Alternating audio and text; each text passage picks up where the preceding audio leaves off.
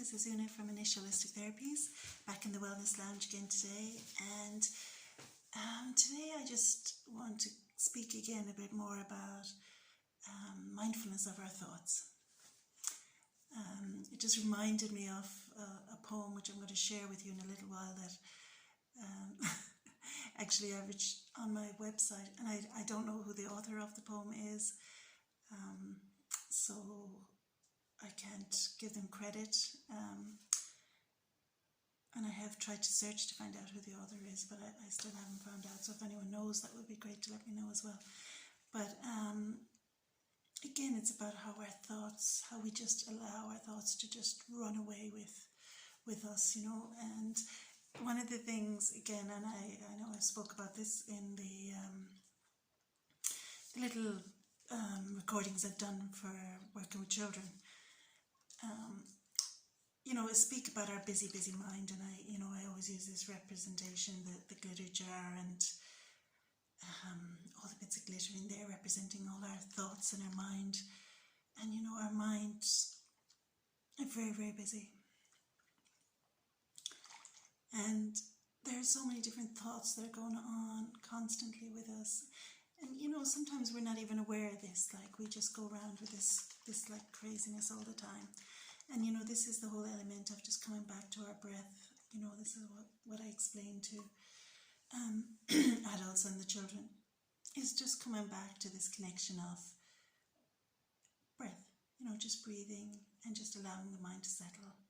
And once the mind settles, we begin to, you know, think in a more calmer way, in a more positive way. You know, we're not as, I suppose, busy really. So we can just take that time out to just focus on what is important. And I guess the other thing that I like to introduce is my monkey mind. So we all have this monkey mind that takes us off, so, you know, on a tangent, and it normally takes us into probably the most, you know, the negative stuff that could happen. So, you know, we don't always jump on to, well, what positive could come out of this thought. It's normally, you know, we spin a tail and until it's the worst possible scenario. And, you know, just, I suppose, becoming more aware of our thoughts in the way, just catching ourselves when we do go off on that. I mean, I would be very guilty of doing that. I'm sure loads of people are. You know, the thought comes into our mind, and then we decide, or our monkey mind decides, so let's make this a bit more exciting. Let's add another tail to it, and another tail, and the monkey keeps spinning from tree to tree, adding another tail, another bit to it, you know, to make it more interesting. And you know, really, it is just spinning a tail, because you know, we just have a thought about something, and already we've just made it this massive thing that it probably isn't.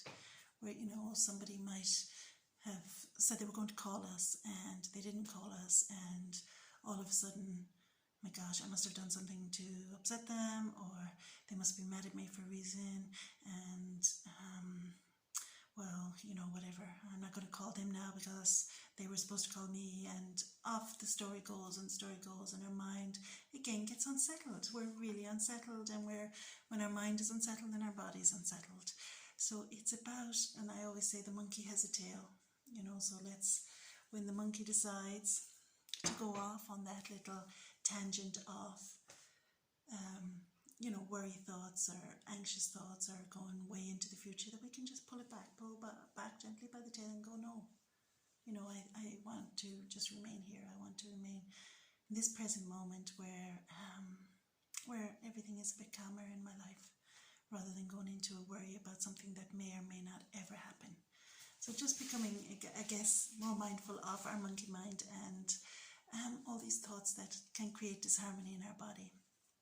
So the poem that I want to read to you, some of you may have heard it before. I had never heard it before, but I just thought it was, you know, so apt, really.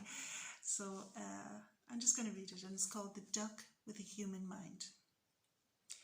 So after two ducks get into a fight, which never lasts long, they will separate and float off in opposite directions.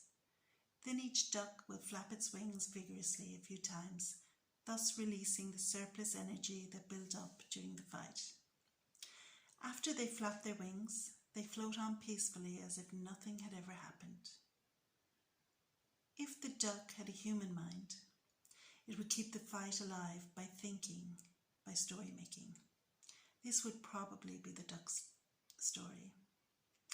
I don't believe what he just did. He came to within 5 inches of me. He thinks he owns this pond. He has no consideration for my private space.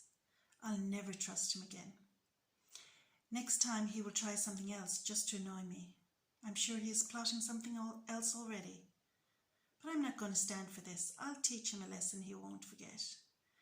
And on the mind spins its tale, still thinking and talking about it days, months, or years later. We are a species that has lost its way. Everything natural, every flower or tree, and every animal have important lessons to teach us if we would only stop, look, and listen. Our duck's lesson is this: flap your wings, which translates as let go of the story and return to the only place of power, which is the present moment. I think that's brilliant. It is, so true of how we just go off on our stories. We like to create them and make them a bit more interesting than what they actually are. So I suppose for the week ahead, I would like to, again, just encourage you to notice when we begin to create these stories in our mind. And again, realize, well, you know what, I can just pull this monkey's tail back. I don't need to go into that. I'm aware of it. And, again, everything is about bringing awareness to it. And I think, I always say our thoughts will bring us crazy places if we let them. So, when we begin to become more mindful of our thoughts, and we become more mindful of when we know that we're going off on this tangent, then we can make changes to pull ourselves back. So yeah, just maybe we could all just bring that into the week moving forward and just begin to notice our monkey mind just a little bit more. Great, thank you.